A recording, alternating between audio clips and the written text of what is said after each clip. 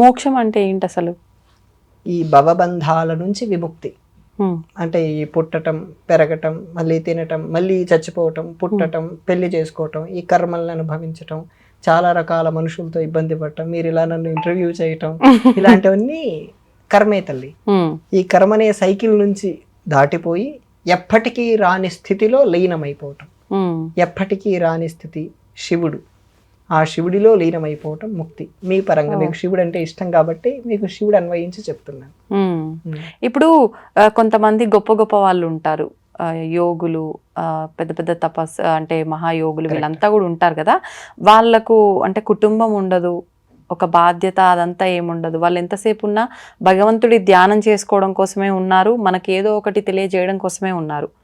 అటువంటి వాళ్ళు అంటే దాంట్లో కూడా యోగులు అనే దాంట్లో కూడా రకాలు ఉన్నాయి. యోగులు ముక్తి పొందొచ్చు, పొందకపోవచ్చు. ఎందుకని? వాళ్ళ సాధనా స్థితి.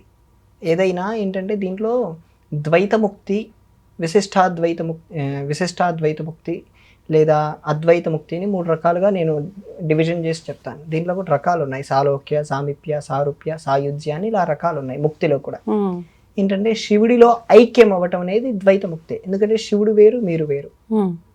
అప్పుడు మీరు నేను వేరు, నా ఆత్మని మీలో కలుపుకోవయ్యా అని మీరు సరెండర్ చేస్తున్నారు టు ద శివ.